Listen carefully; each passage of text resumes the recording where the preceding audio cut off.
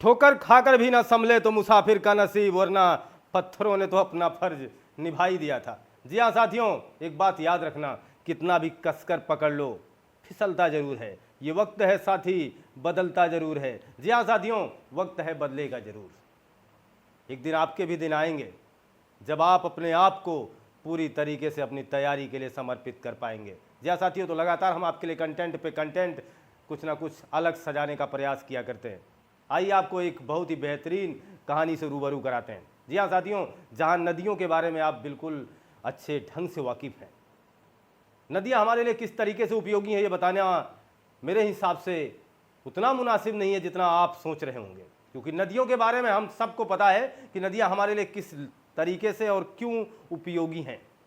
फिलहाल हम बात करते हैं अपने भारत की सबसे पवित्र नदी की। जहन में आ गया होगा, जिनके माध्यम से हमारे सारे पुण्य काम किए जाते हैं, जिसके माध्यम से ही हम इस धरती से पलायन करने के बाद यानी मरने के बाद हमारी आत्मा को मोक्ष दिलाने का क्रियाकलाप जो होता है, ठीक इसी जल से संपादित किया जाता है। ऐसा क्यों होता है? गंगा हमारे लिए इतनी महत्वपूर्ण क्यों है और गंगा नदी को हम माँ गंगा क्यों कहते हैं? ऐसे तमाम रहस्यों से हम पर्दा हटाने वाले हैं। हम आपको आपके पुराणों की झांकी दिखाने वाले हैं।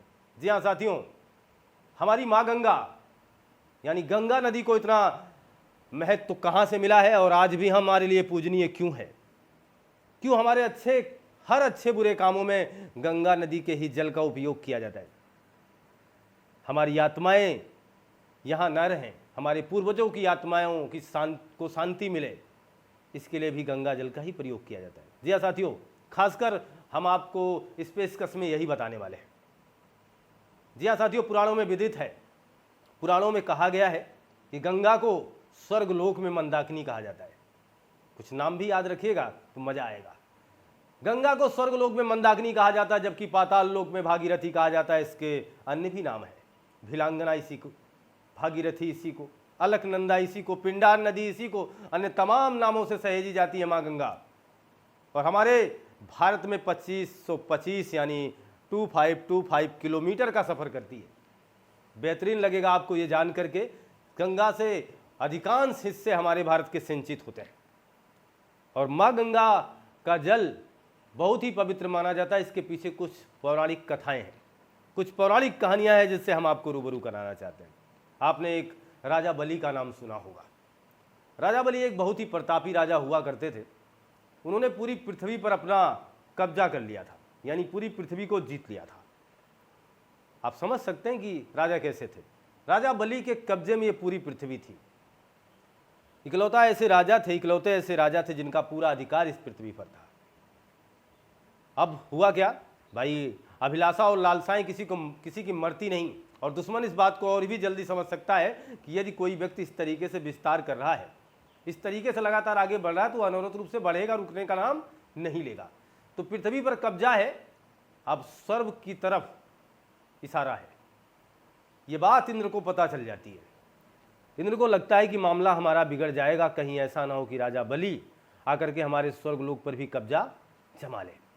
इस संशय, इस दुविधा में पड़कर इंद्र दौड़ता हुआ भगवान विष्णु के पास पहुंचते हैं और उनसे कहते हैं कि हे प्रभु, कुछ तो करिए, वरना हमारा सिंहासन भी चला जाएगा और आप देखते ही देखते रह जाएंगे। राजा बलि का वर्चस्व इतना ज़्यादा बढ़ चुका है, आप देख रहे हैं पूरी पृथ्वी पर उनका कब्जा है। भगवान विष्णु इस बात को स्वीकार करते हैं। किसी का बहुत ही ज़्यादा विकास होगा तो बहुत ही जल्दी विनाश भी होता है। भगवान वामन का रूप धारण करके आते हैं।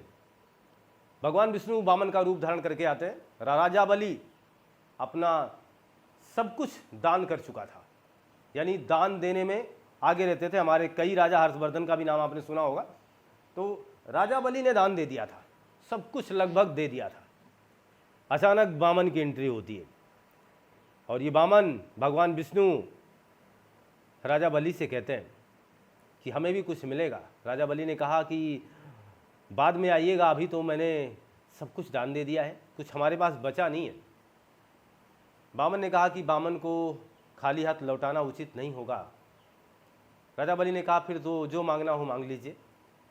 वामन ने कहा मुझे केवल 3 पग भूमि चाहिए महाशय, मुझे बहुत कुछ ज़्यादा नहीं चाहिए। राजा बलि को लगा कि इतनी बड़ी पृथ्वी, सब कुछ मेरा है, 3 पग भूमि देने में क्या जा रहा है। उन्होंने कहा जहां मर्जी ले लेना, जिस जगह, जिस स्टेट में जिस जगह जाना चाहो तुम ले लेना। वामन ने विशाल काय रूप धारण करना शुरू किया ठीक राजा बलि के सामने। अब आप वचन हार चुके हैं, और वचन का बड़ा महत्व हुआ करता था पौराणिक कथाओं में, आपको पता है।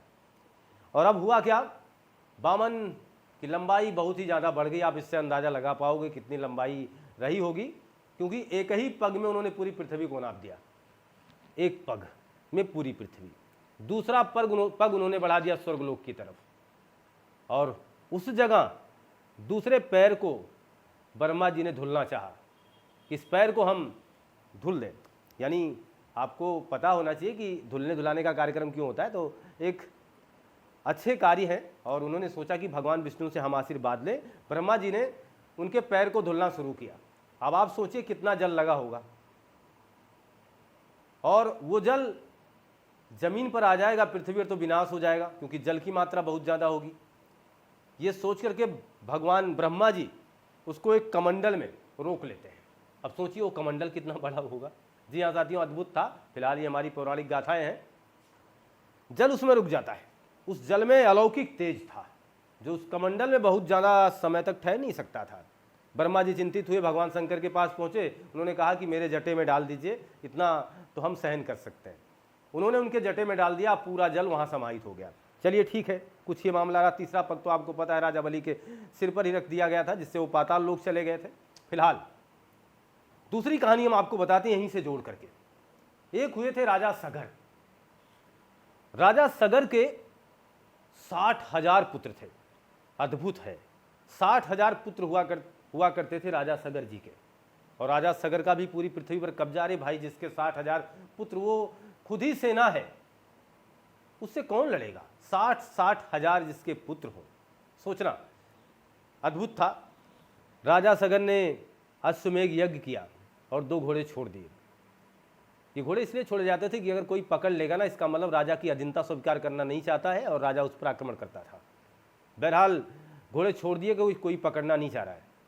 घोड़े घूमते घूमते काफ़ी दूर चले जाते हैं, वापस नहीं आते। अब राजा सगर को चिंता होती, किसने हमारे घोड़े को पकड़ा है, किसने हमारी अधीनता स्वीकार नहीं की है। उन्होंने अपने पुत्रों को भेज दिया कि जाओ पता लगाओ। ऐसा नहीं कि सारे पुत्र चले गए, लेकिन काफ़ी मात्रा में पुत्र चले गए, यानी एक सेना चली गई। ढूंढते ढूंढते पता चला कि घोड़े पाताल लोक में है और एक मुनि के आश्रम में है। वो वहाँ पहुँचते हैं और मुनि तपस्या कर रहे थे, जो कि हजारों वर्षों से तपस्या कर रहे थे। आज तो हम लोग 50-60 साल की छोटी सी उम्र लेकर के आते हैं, पहले के ऋषि मुनि हजारों वर्षों तक जीवित रहते थे। अद्भुत था आंकड़ा, जो भी रहा। फिलहाल काफ़ी दिनों से तपस्या कर रहे थे, जिनका नाम था कपिल मुनि। ये वहाँ पहुँचते ये लोग, और इतनी बड़ी विशाल सेना, बगैर कुछ सोचे समझे बस ऋषि से ही पूछना शुरू कर देते हैं। उनकी तपस्या भंग हो जाती है। तपस्या भंग होने का मतलब बहुत ही बड़ा विनाश। अब वो नाराजगी में, गुस्से में सारे लोगों को वहीं भस्म कर देते हैं, यानी सारे पुत्र इनके मारे जाते हैं। इनकी आत्माएं इसी ब्रह्मांड में विचरण करने लगती है। कुछ पुत्र बचे थे, उसमें से एक अंशुमान था। अंशुमान का बेटा हुआ दिलीप, और दिलीप के पुत्र हुए भागीरथी। भागीरथी को जब ये पता चला कि हमारे पूर्वजों की आत्माएं आज भी इसी ब्रह्मांड में विचरण कर रही हैं, तो उन्होंने सोचा कि कुछ ना कुछ किया जाए। वो तपस्या करने लगे, कुछ ना कुछ उपाय सोचने लगे, और उनको अंत में जाकर के उपाय मिलता है। वो भगवान शंकर की प्रार्थना करते हैं, उनसे कहते हैं, हे प्रभु, माँ गंगा को हमारे यहाँ आने दीजिए, जिससे हमारी पुरखों की आत्माओं को शांति मिल सके। ऐसा मानना है। फिर भगवान शंकर ये बात मानते हैं, और गंगा को कई धाराओं में, कोई पाताल लोक, कोई स्वर्ग लोक, कोई इस धरती पर छोड़ देते हैं।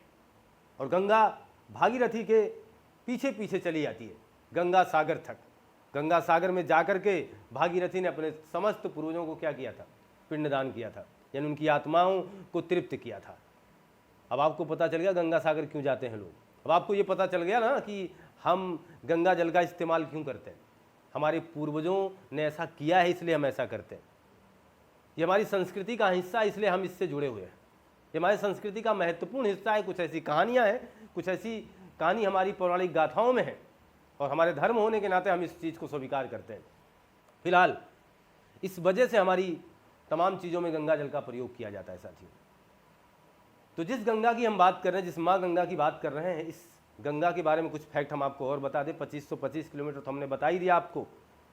गंगा नदी जब पश्चिम बंगाल से आगे निकलती है तो बांग्लादेश में इसका सफ़र होता है, यानी एक दूसरे देश में जाती है। ऐसा नहीं कि सारा प्रवाह हमारे देश में ही हो गया।